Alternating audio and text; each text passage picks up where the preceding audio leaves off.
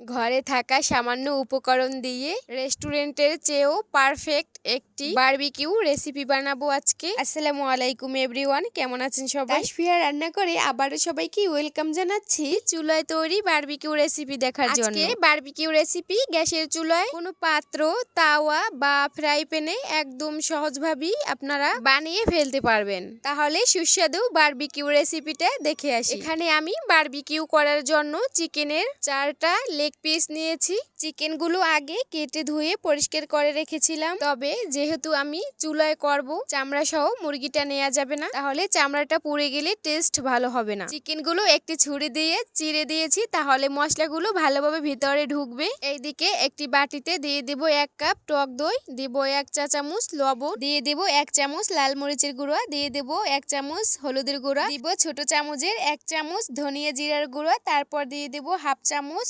গোলমরিচের গুঁড়া, তারপর দিয়ে দেব 1 চা চামচ আদা রসুন বাটা।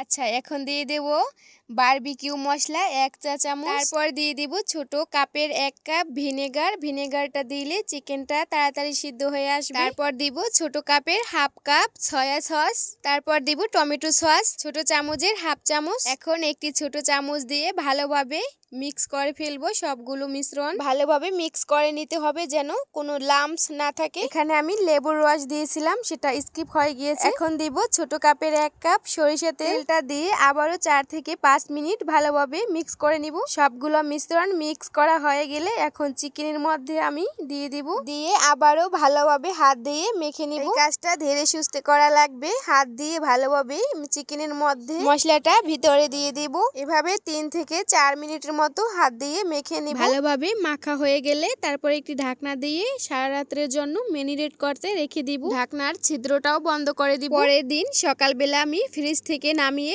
আবারও ভালোভাবে মশলাটা লাগিয়ে দিব চিকেনের মধ্যে। আপনাদের হাতে সময় না থাকলে 4 থেকে 5 ঘন্টাও রাখতে পারেন। আর যদি আমার মতো সারা রাত্র রাখেন তাহলে রেজাল্ট অবশ্যই ভালো পাবেন। আমি এখানে ফ্রাই প্যান গরম করে নিয়েছি, তার মধ্যে কিছু সরিষা তেল ব্রাশ করে দিব। তেলটা গরম হয়ে আসলে আমি চিকেনগুলো দিয়ে দিব। চিকেনগুলো সাজিয়ে দিয়ে একটি ঢাকনা দিয়ে ঢেকে আমি চুলাটা মিডিয়াম আঁচে রেখে দিব। 5 মিনিট পরে ঢাকনাটা উঠিয়ে একটু উল্টিয়ে দিব। সবগুলো উল্টিয়ে দেওয়া হয়ে গেলে তারপর উপর থেকে কিছু সরিষা তেল আবারও আমি ব্রাশ করে দিব। সরিষা তেলে ভেজে নিলে অন্যরকম একটি ফ্লেভার পাওয়া যায়। আপনারা চাইলে সয়াবিন তেল দিয়েও ভেজে নিতে পারেন। এইভাবে করে সবগুলোতে আমি তেল ব্রাশ করে দিয়েছি। তারপর আবারও একটি ঢাকনা দিয়ে ঢেকে আরো 4 থেকে 5 মিনিট অপেক্ষা করব। 5 মিনিট পরে আবারও ঢাকনা খুলে উল্টিয়ে দিব। এভাবে করে কয়েকবার আমি উল্টিয়ে পাল্টিয়ে ভেজে নিব। এই তো চিকেনগুলো ব্রাউন কালার হয়ে আসছে। এখন আমি চিকেনের মশলাটা আবারও উপর থেকে ব্রাশ করে দিব। সবগুলোতে ব্রাশ করে দিতে হবে। তারপর একটি ঢাকনা দিয়ে 2 মিনিটের মতো ভেজে নিব।